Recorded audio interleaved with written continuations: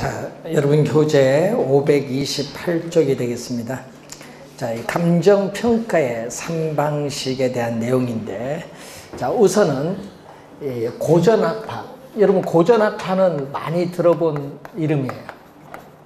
어디서 들어봤냐 이렇게 떠오르면은 지대이론에서 나왔다 하면은 이제 1776년에서 약 1870년 이 100년간의 이 시대가 고전학파의 시대예요. 고전학파. 자, 그럼 이 고전학파의 시대는요, 이 우리가 뭐냐 하면 가격에 또는 가치라고 하거든요. 가격에 또는 가치의 삼면성이라고 해요. 가치의 삼면성, 가격의 삼면성. 자, 우선은 이 뭐가 나오냐 하면요, 고전학파에서는 어느 정도의 비용, 자, 여러분이 어느 정도의 비용을 투입을 해서 생산을 했느냐, 물건 만드는데 비용 얼마 들었느냐 이 말이에요. 그 비용은 수요와 관련이 있어요, 공급과 관련이 있어요? 공급이죠. 그래서 우리는 공급 측면과 관련이 있다. 자, 비용성의 원리를 근거로 합니다. 자, 가격의 삼면성에서 비용성의 원리를 근거로 해요. 그러니까 성립 근거죠. 자, 성립 근거로서 비용성의 원리를 근거로 하면서 무슨 측면? 공급 측면. 공급, 비용 공급 측면이에요. 공급 측면에 가격의 특징을 가져요. 공급 측면의 가격의 특징을 가지고 나타난 방식이 뭐냐 하면 원가 방식이 나와요. 3방식 중 우리가 원가 방식이 나오고, 이 원가 방식은 다시 두 가지로 갑니다. 이 대상 물건, 평가 대상 물건의 가액을 구하는 원가법이 있고, 이 대상 물건의 임대료를 구하는 적산법, 두 가지로 나눠요. 자, 이때 원가법에서 구한 대상 물건의 가액을 뭐라고 하냐면 적산 가액이라고 하고, 이 적산법에서 구한 대상 물건의 임대료를 적산 임대료라는 말 써요. 적산 임대료. 이런 말 써요. 두 가지. 이렇게 가격 구하는 거 하나, 임대료 구하는 거 하나, 이렇게 나오는다. 이런 얘기죠. 자, 그리고 1870년에 뭐가 나타나냐? 공급 측면을 중시하잖아요. 이 공급 측면을 중시하는 것에 반발이 생겨. 그래서 공급이 아니라 무슨 측면? 수요도 측면을 중시하는 학파가 나와요. 이게 여러분이 오스트리아 경제학자들이 중심에 대해서 나온 한계 효용 학파죠. 여러분, 우리 효용이라는 말을 많이 배웠죠? 효용 뭐죠? 상품을 소비함으로써 얻는 만족이에요. 그럼 한계는 또 뭐야? 우리 미분 개념이야. 수학의 미분 개념을 도입한 거죠. 뭐죠? 상품을 하나 더 소비한다. 네? 상품을 하나 더 소비함으로써 소비자의 총 만족, 효용이 얼마나 변하느냐. 이걸 한계 효용이라고 해요. 이 미분 개념을 도입을 한 거예요. 경제론에. 이 한계 효용 학파는 요거는 공급을 어떻게 돼요? 반발해서 나온 수요야, 요거는. 그래서 수요니까 어떤 측면? 부동산을 이용함으로써 어느 정도의 수익을 얻을 수 있느냐. 부동산을 이용함으로써 어느 정도의 수익을 얻을 수 있느냐. 이 수익성의 원리를 뭘로? 근거로 해서 나타나. 수익성의 원리를 근거로 해서 나타나는데, 이것은 수요 측면을 강조하는 무슨 가격? 수요 측면을 강조하는 수요 가격. 요게 반발해서 나온 거예요. 수요 측면을 강조하는 수요 가격이고, 나타난 방식을 뭐죠? 수익 방식이라고 해요. 자, 이 수익 방식에서 이 대상 물건의 가액을 구하는 수익 환원법이 나타나고, 대상 물건의 임대료를 구하는 수익 분석법이 나타나. 그러면 수익 환원법에서 구한 대상 물건의 가액을 뭐라고 한다? 수익 가액이라고 하고, 수익 분석법에서 구한 대상 물건의 임대료를 뭐라고 한다? 수익 임대료라고 한다. 용어가 좀 어려워서지 가끔 지문에 또 요 네모 안에 들어갈 말 무엇입니까? 또 이렇게 막 내립니다. 신문제. 자, 이런 원리가 있고, 그리고 이제 19세기 후반 1890년대 19세기 후반에서 나타난 무슨 학파? 신고전 학파라고 있어요. 요거는요 19세기 후반 약 1890년에서 대공황이 발생하기 전 요 시기를 우리는 보통 신고전 학파의 시대인데, 여기는요 알프레드 마샬이 대표적인 학자. 여러분 신고전 학파의 대표적인 학자가 여러분 우리 지대론에서 많이 배웠죠. 알프레드 마샬. 마샬은 뭐를 배웠냐면요, 우리는 수요 공급에 의해서 가격 결정되는, 여러분 그림 배웠죠. 경제론에. 그 그림 처음 만든 사람이에요, 마샬이. 그래서 무슨 거죠? 시장에서 어느 정도의 가격으로 거래되고 있느냐, 시장에서 어느 정도의 가격으로 거래되고 있느냐, 시장성의 뭐를? 원리를 근거로 해서 나타나고, 수요 공급에서 결정되는 무슨 가격? 균형 가격의 특징을 가지면서, 여기는 무슨 방식? 비교 방식이라고 해요. 비교 방식. 비교 방식에는 또 대상 물건의 가액을 구하는 거래 사례 비교법이 있고, 또 대상 물건의 뭐를? 임대료를 구하는 임대 사례 비교법, 두 가지가 있어요. 자, 거래 사례 비교법에서 구한 대상 물건의 가액을 비준 가액이라고 하고, 우리는 임대 사례 비교법에서 구한 대상 물건의 임대료를 비준 임대료라고 해요. 네? 여러분이 요 네모 안에 들어갈 말 무엇입니까? 한번 출제했거든요. 또 요 네모 안에 들어갈 말 무엇입니까? 27회 시험에 냈거든요. 자, 27회 시험에 요 네모 하나, 둘, 네모 안에 들어갈 말 무엇입니까? 구할 수 있겠죠? 이런 거는, 이런 걸 막 출제를 하는 거예요. 네? 자, 그리고 26회는 뭐가 나오느냐? 26회 시험에는 가격 구하는 쪽에서 출제를 했었죠. 26회는 또 요 네모 안에 들어갈 무엇입니까? 26회는 그럼 비용성 뭐 이런 식으로. 네? 29회 시험에도 마찬가지고. 그래서 시험 문제 하여튼 요 원리를 많이 묻습니다. 근데 주의를 건요 6개인데 하나 더 있거든요. 뭐를 하냐? 하나 더 있어요. 우선 토지.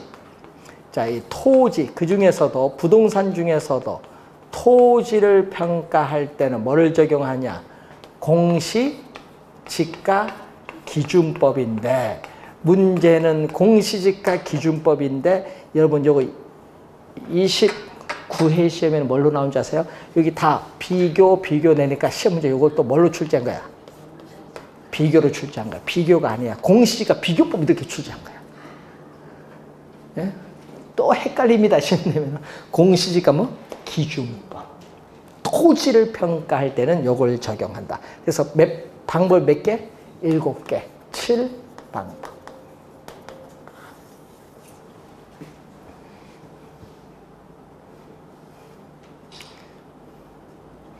자, 요 원리 있죠. 요거 출제를요. 21회 시험에 요거 아는지 한번 요 원리를 아는 거 물었고, 26회, 27회, 29회 시험에 출제를 했어요. 요 원리.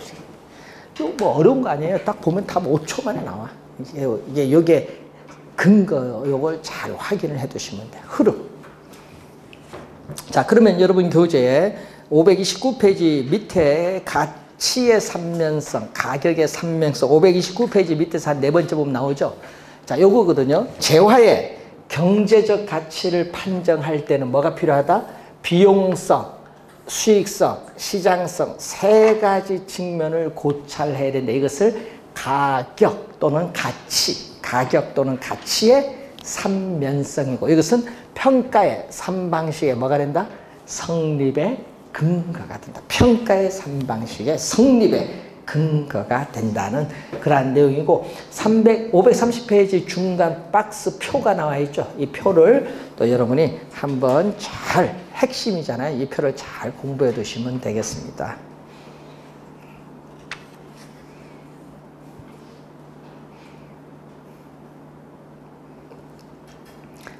자, 그러면은 이제 관련해서 여러분 교재 533페이지 보시면은 또 작년에 출제를 또 했어요. 작년에 우리 특강할 때도 시상가액 출제한다고 했는데 바로 작년에 또 출제했습니다. 자, 시상가액이라는 용어가 나와요. 자, 용어를 한번 보면은, 자, 여러분, 시상가액이라는 용어가 있거든요. 요것은요, 감정평가의 요 3방식, 요 3가지를 적용함으로써 구한 개개, 하나하나 개개의 가액을 말한다. 예를 들어서 적상가액, 수익가액, 비중가액, 요 하나하나의 가액을 뭐라고 한다? 시상가액이라고 해. 감정평가의 3방식을 적용함으로써 구한 개개의 가액이다. 그러면 시상가액이 나왔는데, 그러면 이 시상가액은 최종적인 감정평가 가액이 아니에요. 시상가액은 이것은 최종적인 감정평가 가액이 아니기 때문에 조정을 해야 돼. 자, 감정평가의 3방식을 적용함으로써 구한 개개의 가액인 시상가액의 격차, 여기 격차가 있거든요. 그 격차가 있기 때문에 요걸 상호, 시상가액, 이 3가지 가액을 상호 관련시켜 다시 재검토함으로써 이 시상가액의 격차를 줄이는 거죠. 축소시켜 나가는 작업을 시상가액이 뭐라고 한다?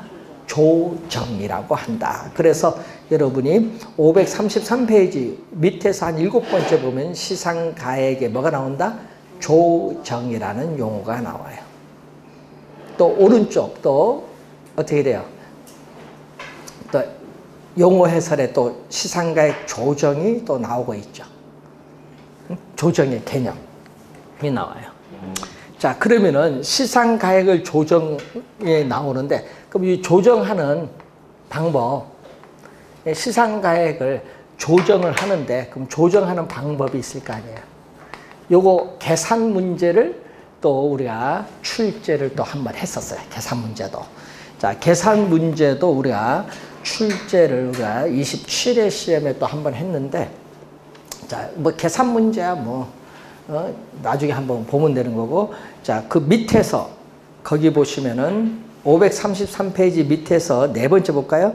조정은 3방식에 의해서 구해진 시상가액을 단순히 산술평균하는 것이 아니라, 지금 산술평균이 뭔지 아세요? 요 3가지 있죠? 요 3가지 가액을 더해. 요 가액을 더해서 3으로 나눠주면 그게 산술평균.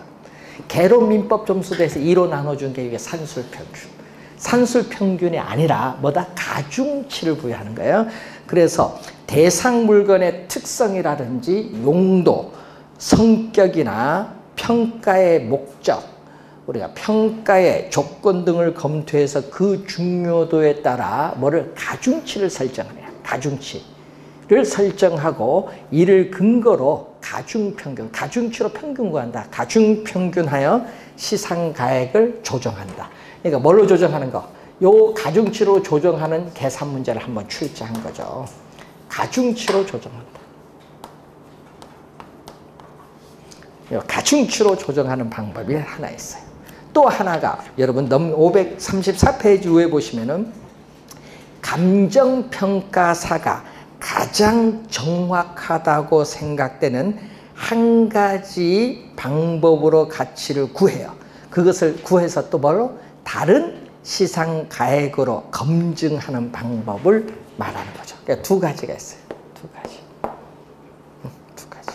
근데 요것을 계산 문제 한번 출제를 또 했었죠.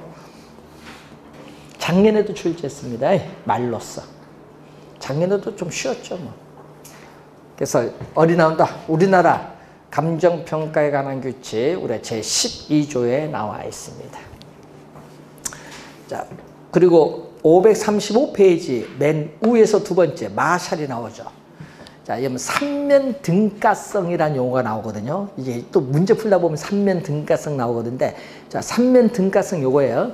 뭐 비용, 수익, 시장 3가지면 요걸 보는 건데, 자, 그래서 얘기거든요. 완전 경쟁 시장에서는 3가지면, 이 3가지 면에서 보면 가격이 다 똑같아. 완전 경쟁 시장에서는 3가지 면에서 보면 가격이 똑같다. 삼면 등가성이 성립을 해요. 그런데 부동산 시장은 뭐죠? 완전 경쟁 시장이 아니잖아요. 부동산 시장은 토지 특성으로 인해서 뭐다? 불완전 경쟁 시장이 되기 때문에 세 가지 면에서 본 가격이 어떻게 돼요? 같지가 않죠. 같지가 않기 때문에 뭐 시상 가액 조정이 필요한 거다. 그 얘기예요. 그 마샬 요거 하나만 확인. 마샬. 또 시험에 보면 마샬 얘기가 많이 나오니까 한번 그것만 확인해 두시면 되겠습니다. 자, 우선은 관련해서 자, 여러분 교재에 하나부터 우선 확인을 한번 해보겠습니다.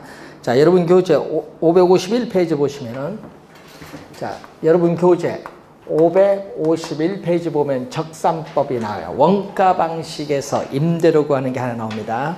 자, 적산법 갑니다. 자, 여러분 적산법은요, 개념이 최근에 계속 출제를 하고 있어요. 개념. 자, 거기 봤더니 20회, 최근에 24회, 27회, 28회 시험 지금 계속 출제를, 개념을 하고 있어요. 개념. 개념 잘 봤는데, 여러분 그 개념을 볼까요? 대상 물건의 무슨 거죠? 기초 가액. 대상 물건의 기초 가액. 기초 가액. 예? 자, 여러분이 지금 이 건물, 우리 지금 공부하는 건물 2억이다.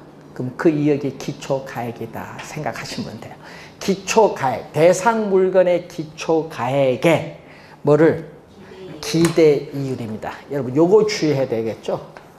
여러분 시험 문제 27회 시험에 요 네모 안에 들어갈 말 무엇입니까? 출제한 거야. 기대 이율이죠. 그럼 시험 문제는 뭘로 나오는 거야? 그럼 이게 우리는 환원 이율로 막 나오는데 환원 이율이 아니다. 기대 이율. 대상 물건의 가액에 기대 이율을 곱하여 요 곱한 것을 뭐라고 했죠? 산정한. 산정한 할 때 산정 구한다는 얘기예요. 산정한 뭐죠? 요거 두 개 곱한 걸 뭐? 기대 수익이야. 예? 곱하여 산정한 기대 수익에 대상 물건을 계속하여 임대하는 데 필요한 경비, 계속하여 임대하는 데 필요한 이 경비를 뭐 한다? 더하여. 여기 뭐 한다? 더하여. 주의를 그요 여기 앞에는요 곱해주는 건데 여기는 뭐 한다? 더하여. 더하여의 밑줄. 시험에는 또 뺀다고 냅니다. 공제하여가 아닙니다. 공제하여가 아니라 뭐다? 더하여. 더하여 우리는 대상 물건의 임대료를 산정하는 감정평가 방법을 적산법인데 이때 대상 물건의 임대료를 뭐라고 하죠? 적산 임대료다. 이때 여러분 또 요 네모한 여기 있죠? 필요로 하는 경비인데 여기서 우리는 또 24회 시험에는 요걸 출제했어요. 여러분 24회 시험에는요 또 사정 보정 등을 더하여 뭐 사정 보정을 하여 이렇게 출제했어요. 사정 보정이 아니다. 막 말을 바꿔서 출제합니다. 요 수식 모르면 큰일 나겠죠. 그래서 요 수식은 시험 문제에 요것만 알면 이제 말이 이제 OX를 잘 찾아냅니다. 그래서 항상 주의를 좀 해두셔야 돼요. 요거 시험 문제 최근에 요 개념 4번 출제했어요. 4번 개념. 우선 뭐든지 우리 시험 문제 낼 때는 개념은 정확하게. 그래서 4번 최근에 출제했다는 거 기억해 두시면서 또 최근에 또 출제를 또 계속하는 또 원가법이죠. 자, 여러분이 536페이지 오시면은 밑에서 4번째 원가법. 요것도 우리가 20회, 26회, 29회 최근에 원가법 개념 또 3번 출제를 했는데 원가법 요거죠, 개념. 자, 원가법은 우리가 밑에서 3번째 보시면은 대상 물건에 뭐에? 대상 물건에 다시 조달하는 비용이에요. 재조달 원가에 뭐를 가한다? 감가수정을 하여. 감가수정의 네모. 요거 네모 안에 또 들어갈 말 무엇인가 또 출제하니까 감가수정을 하여 대상 물건의 가액을 산정하는 감정평가 방법을 원가법. 그러면 산정하는 이 말 많이 나오거든요. 이제 읽다 보면 구하는 이 말이야. 산정하는 이 말은 뭐다? 구하는 거, 구하는. 해석되겠죠? 구하는. 재조달 원가에서 뭐를 뺀다? 여기서 감가 누계액 또는 감가 수정액. 여러분 감가수정액 또는 감가누계액인데 요걸 뺀 거. 여기서 요걸 뺀 것을 뭐라고 해? 여기서 요걸 뺀 것을 감가수정이라고 해. 감가. 그래서 이 얘기죠. 재조달 원가에 뭐를 해서 재조달 원가에 뭐를 감가수정을 하여 대상 물건의 가액을 산정하는 감정평가 방법을 원가법인데 대상 물건의 가액을 뭐라고 한다? 적산가액이라고 한다. 자, 그러면 여러분 원가법은 어디에 적용하는 줄 아세요? 자, 원가법은 특히 감가가 별로 없는 무슨 건물? 신축 건물에 유용하게 적용할 수 있어요. 그리고 재생산이 불가능한 토지에는 적용이 안 돼요. 그렇지만 재생산이 가능한, 여러분 재생산이 가능한 뭐에는? 조성지나 매립지는 적용할 수 있다. 그리고 또 공공공익 공익을 목적으로 하는 특수목적 부동산, 뭐죠? 특수목적 부동산인 또 학교, 공항 등에 또 유용하게 적용할 수 있는 것이 무슨 방법? 원가법이에요. 원가법. 재생산이 불가능한 토지는 적용하기 어려워요. 왜? 소모가 안 되니까. 자, 그럼 원가법을 구성하는 2대 요소. 자, 원가법을 구성하는 2대 요소는 크게 지금 뭘로 본다? 지금 저기 아까 우리 수식에서 보면은 재조달 원가와 뭘로 볼 수 있다? 감가 수정으로 볼 수 있다. 이런 얘기죠.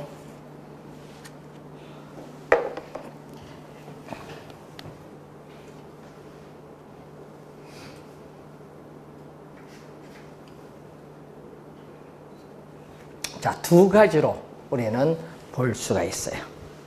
이 2대 요소예요. 그러면은 이 재조달 원가, 이 재조달 원가를 한번 보시면은 538페이지로 넘어옵니다. 자, 그 재조달 원가에 보시면은 우선은 뭐가 나온다? 개념이 나오죠. 자, 개념이 나오는데 이 현재 존재하는 물건, 여러분 현존 물건은 현재 있는 물건이야. 여러분 지금 우리 공부하는 건물 현재 있죠? 예? 기계 앞에 기계 있죠? 현재 존재하는 물건 없으면 안 돼. 물건이 있어야죠. 현존하는 물건을 기준 시점에 내모셔야겠지. 항상 여러분 시험 문제는요, 이걸 여러분 기준 시점은 늘 우리 아까울 때 대상 물건의 감정 평가액을 결정하는 기준이 되는 날짜다. 예? 그래서 기준 시점이죠. 그래서 여러분 건물 같은 경우에 우리 시험 낼 때 건물 같은 걸 낼 때 보면요, 신축 시점으로 많이 내는데 신축 시점이 아니다. 시험 문제 우리 신축 시점을 많이 내요. 신축 시점이 아니라 무슨 시점? 기준 시점. 기준 시점. 17회 시험에 또 출제를 했죠. 기준 시점.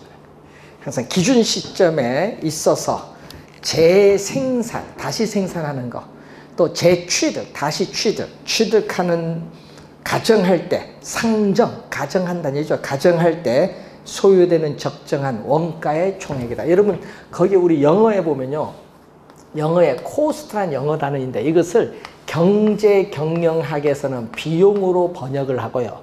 이걸 회계 이론에서는 뭘로 번역한다? 회계에서는 원가로 번역해. 같은 말이다 생각하면 돼. 그러니까 원가는 뭐다? 비용. 이렇게 같은 말. 그럼 재조달 원가는 다시 조달하는 비용이다. 되겠죠?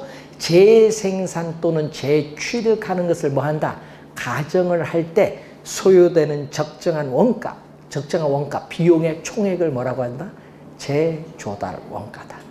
자, 여러분 쉽게 얘기할까요? 지금 우리 공부하는 이 건물이 있습니다.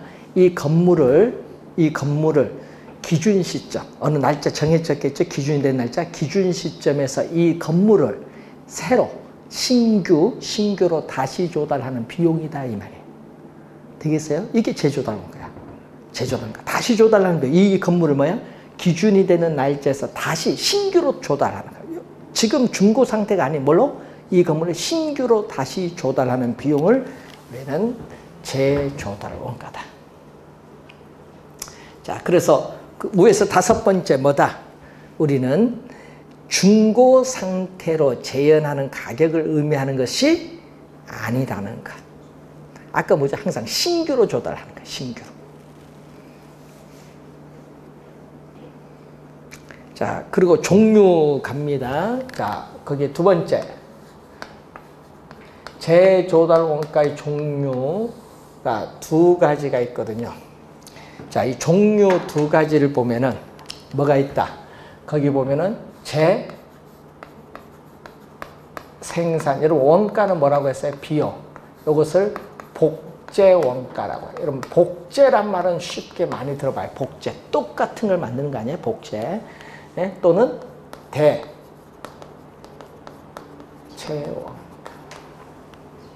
또 뭐 거기 여러분 교재에 보면 대치원가로도 나오죠. 뭐 대체 비용이다.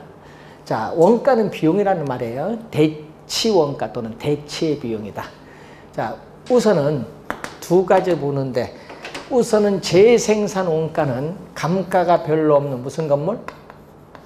감가가 별로 없는 신축 건물에 적용하는 것이 합리적이고, 우리는 뭐는 대체 원가는 뭐죠? 낡고 노후화된 특히 무슨 건물? 오래된 건물에 적용하는 것이 합리적이다.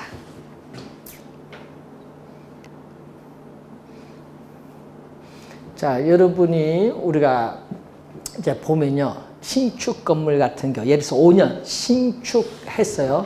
준공해서 5년 정도 지났어요.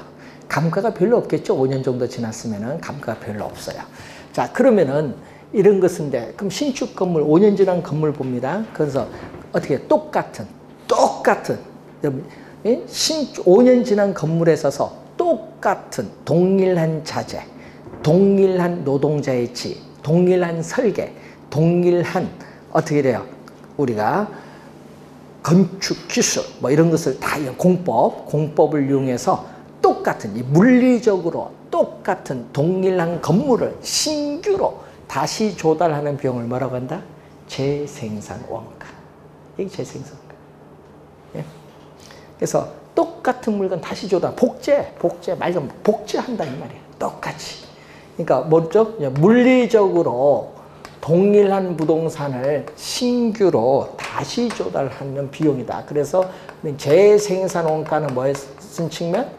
물리적 측면에서의 원가 개념이다. 물리적 측면, 물리적으로 동일한 노동자의 질, 동일한 자재, 동일한 설계, 동일한 건축 공법을 가지고 물리적으로 똑같은 부동산을 신규로 다시 조달한다. 이게 재생산 원가의 개념. 복제 원가. 복제란 말 알면 쉽게 이해가 되죠. 복제. 예? 똑같이 간다. 근데 대체는요, 똑같이 오는 게 아니죠. 왜냐? 오래된 건물. 자, 여러분 건물 준공받아서 70년 지났어요. 야, 그 기간 동안 많이 변합니다. 그 기간 동안 뭐 변해요? 우선 건축 재료가 변해. 건축 재료가 변하고 또 뭐가 변해? 건축 기술이 발전하잖아요. 공법이 또 발달해요. 예? 그러니까 이때는 어떻게 돼요? 70년 전 건물을 70년 전 상태 그대로 어떻게 돼? 조달하면 큰일 나. 왜? 가치가 떨어져. 그러니까 그대로 조달하면 안 되고 항상 뭘로 해야 된다? 오래된 건물이니까 예? 최신.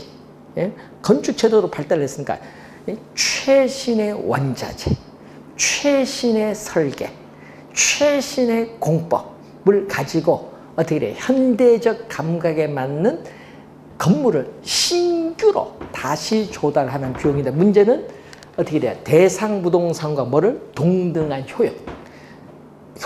물리적으로 똑같은 거 못 만드니까 대상 부동산과 동등한 효용을 가진 부동산을 신규로 다시 조달하는 비용이에요. 그래서 요거는 경제적 측면의 뭐를? 효용의 유사성을 중시하는 거예요. 그래서 요거 무슨 측면?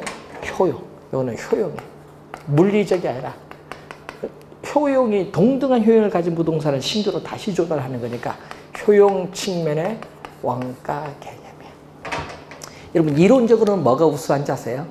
이론적으로는요, 현대적 감각에 맞는 건물을 어떻게 해요? 조달하는 대체 원가가 이론적으로는 좋지 뭐. 그런데 문제는 효용은 간접적으로 구할 수 있기 때문에 우리는 실무적으로는 대체 원가를 하기는 좀 그래요. 그래서 실무적으로는 비용을 좀 정확히 추계할 수 있는 뭐를 실무적으로는 재생산 원가가 우수하다. 그런 내용이 거기에 나와 있는 부분이죠. 그래서 539페이지에 밑에 심화 박스에 비교를 우선 하는 내용이 거기에 우선 나와 있는 거죠.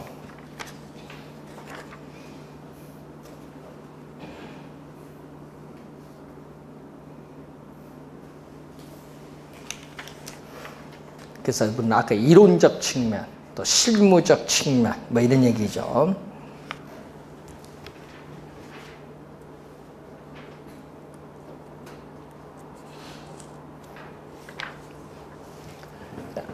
그런데 여러분 이런 얘기죠. 오래된 건물을 최신의 건물로 조달할 때, 오래된 건물을 최신의 건물로 조달할 때 뭐가 문제냐? 기능적 측면의 효용이 문제가 돼. 예? 새 걸로 와야 되니까. 그래서 기능적 측면에서 따르는 감가의 손실을 최신의 건물로 조달하는 과정에서 이미 다 포함하고 있어.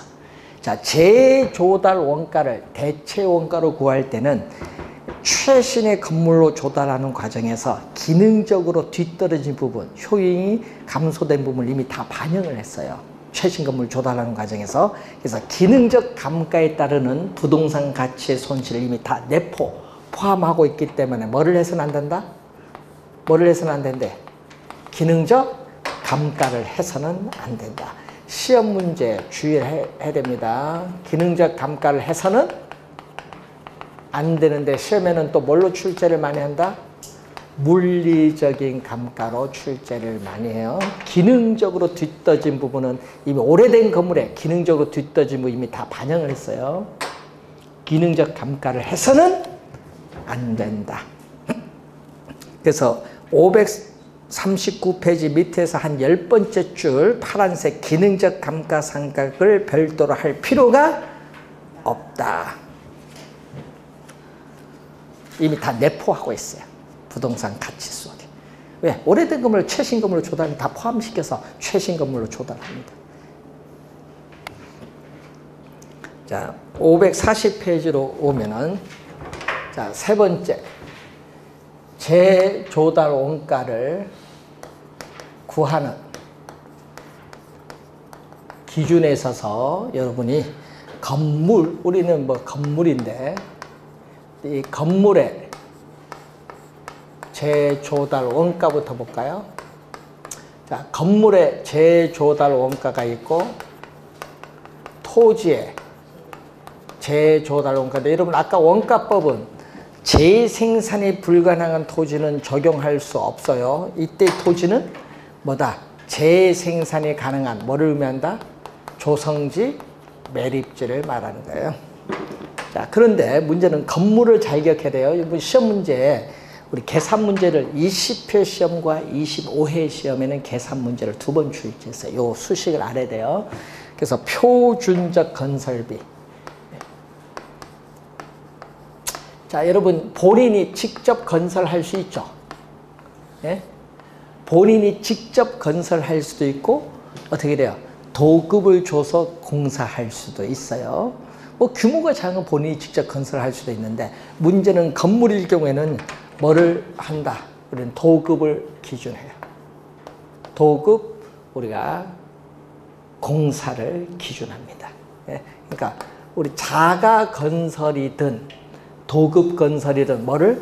도급 공사를 뭐 한다? 기준을 해서 구한다. 도급주의입니다. 도급주의를 채택합니다. 그래서 여러분이 540페이지 밑에서 두 번째, 그래서 자가건설, 도급건설을 불문하고 도급 방식에 의한다는 거예요. 항상 그게 또 포인트. 도급 방식입니다. 수급인은 누구예요? 수급인은 개발업자. 도급인은 누구? 발주자. 해석되겠죠? 공사를 발주하는 사람, 개발, 또 수급인은 개발업자. 수급인이 도급인에게 즉시 사용 가능한 상태로 인도할 것을 전제로 해서 우리는 구하는 거예요. 도급을 기준해요. 도급 공사 기준, 도급 방식이다. 자가 건설이든 도급 건설이든 도급 공사, 도급 방식을 기준으로 하는데, 그래서 여기에는 뭐가 있다? 표준적 건설 비용에는 어떻게 직접 여러분 우리 건물 짓는데 노동력 투입하죠. 노동 비용, 또 원자재 있죠. 벽돌, 시멘트, 원자재 이런 것은 직접 공사에 들어가는 비용이에요. 요것만 들어간 것이 아니라 감독을 하죠. 또 감독하는 들어가는 비용, 요건 뭐죠? 간접 공사비예요. 그런데 문제는 여기서 도급 요거 공사를 기준으로 했기 때문에 뭐가 들어온다? 수급인. 아까 수급인을 뭐라고 했어요? 여러분 수급인, 개발업자. 개발업자. 수급인에 뭐가 들어온다? 적정한 이윤이 들어와야 돼. 적정한 이윤. 개발업체의 적정한 이윤이 들어와야 돼. 여기에다가 또 뭐가 부담한다? 누가 부담을 해야 돼? 발주자. 도급인이 부담을 해야 될 게 있어요. 발주자인 도급인이 부담을 해야 될 게 뭐 있어요? 등기 비용, 세금, 공과금, 이자 비용 이런 게 있겠죠. 이걸 뭐라고 해요? 통상적인 부대 비용. 일반적으로 들어가는 부대 비용, 통상적인 부대 비용을 더해 줌으로써 건물의 재조달 원가를 구한다. 요거 시험 문제 우리가 계산 문제 관련해서 계산 문제가 20회 시험과 25회 시험에 출제를 했어요. 그래서 이론으로서는 뭐 15회 시험, 뭐 17회 시험에는 이론으로서 출제했지. 이론. 계산 문제는 최근에 20회, 25회는 요 수식을 이용한, 여기 얼마 주어져? 뭐 3억, 3천만 원, 7천만 원, 합치면 4억 이런 식으로 주어져요. 그것을 가지고 이제 구하는 거. 더해주고, 어떻게 잘 나눠주고 해주면 돼, 나중에. 자, 그 수식, 우선 토지는 생각하지 말고 우선 건물만 잘 확인. 토지는 뭐 나중에 또 배울 때 있는데 뭐. 우선 건물을 한번 보시고, 자, 541페이지 보시면은 중간에 직접법, 간접법이 나오죠. 자, 재조달 원가를 구하는 방법. 자, 여러분 거기 보니까 재조달 원가를 구하는 방법은 물건, 여러분 지금 우리 이 건물이다. 이 건물로부터 직접 구하는 방법. 직접 구하면 뭐죠? 평가 대상 물건으로부터 직접 구하면 뭐다? 직접법. 직접 못 구해. 못 구하면 뭐 한다? 직접 못 구하면 사례를 수집해야 돼. 직접 구하지 못하면 사례를 수집을 해서 구한다. 사례를 수집해서 구하는 건 뭐다? 간접법. 요 두 가지는 뭐다? 병용. 함께 할 수 있다. 병용이 뭐다? 가능하다. 그럼 직접법에 거기 이제 구체적인 비용 추계 방법이 나오죠. 뭐가 있어요? 그럼 건물 짓는 비용 하나하나 있죠? 노동비용, 원자재 비용 하나하나 다 돼서 구하는 이걸 총가격 적산법 또는 총량조사법이라고 해요. 이런 게 있고, 또 건물을 주요 구조부로 나눠. 벽, 바닥, 기둥, 지붕 이런 주요 구조부로 나눠서 어떻게 해요? 구하는 부분별 단가 적용법. 이걸 구성단위법이라고 해요. 예? 요 방법이 있고, 또 뭐가 있냐 하면요. 1제곱미터당 얼마냐? 1제곱미터당 700만 원이다. 그럼 10,000제곱미터 하면은 곱해주면 되죠. 그렇게 구하는 것은 뭐죠? 단위 비교법이야. 그런 것은 무슨 방법? 단위 비교법. 우리 실무적으로 많이 해요. 여러분 1제곱미터당 얼마, 1세제곱미터당 얼마냐 이렇게 총량적 지표, 평방미터, 입방미터 이러한 총량적 지표를 가지고 구하는 방법인데 실무적으로 많이 활용해요. 왜? 계산이 간편하고요. 이해하기가 쉬워. 제곱미터당 700만 원. 그래, 10,000제곱미터다. 연면적. 그럼 곱해주면 되잖아. 곱해주면 되지 뭐. 예, 그래서 이걸 실무적으로 많이 활용하는 거죠. 요거 외에 또 뭐죠? 우리 뭐 한국건설산업연구원 이런 중요 기관에서 발표한 건축비 주수를 가지고 구하는 비용 지수법 뭐 이런 것도 있는데, 하여튼 단위 비교법이라는 것은 이 단위죠. 이런 단위를 가지고 이제 한다. 단위 비교법은 어디 속하는 거? 자, 여러분 542페이지에 거기 디귿에 나오는 단위 비교법은 어디서 나오는다? 재조달 원가 어디 있다? 구하는 방법. 재조달 원가 구하는 방법인데 구체적으로 비용을 구하는 방법 중에서 어디 속하는 거? 직접법에 속하는 거.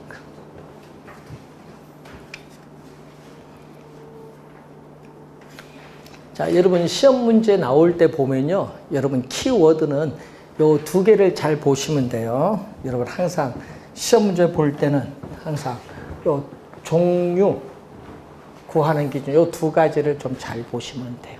시험 문제 관련해서.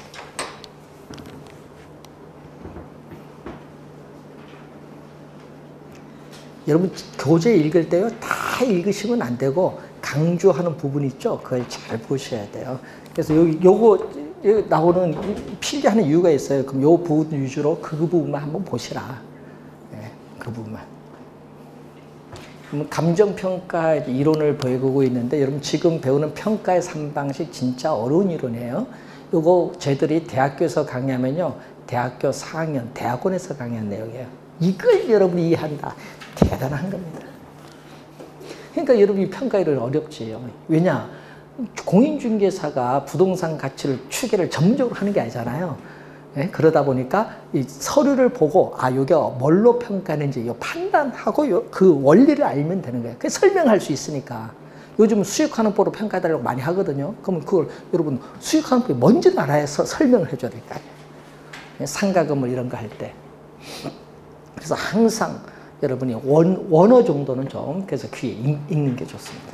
자, 우선은 원가법의 재조달 원가였고요. 이제 시험 문제 이제 출제가 되는 부분이에요. 감가 수정을 해야 되는데 이것은 잠시 쉬고 시작하도록 하겠습니다.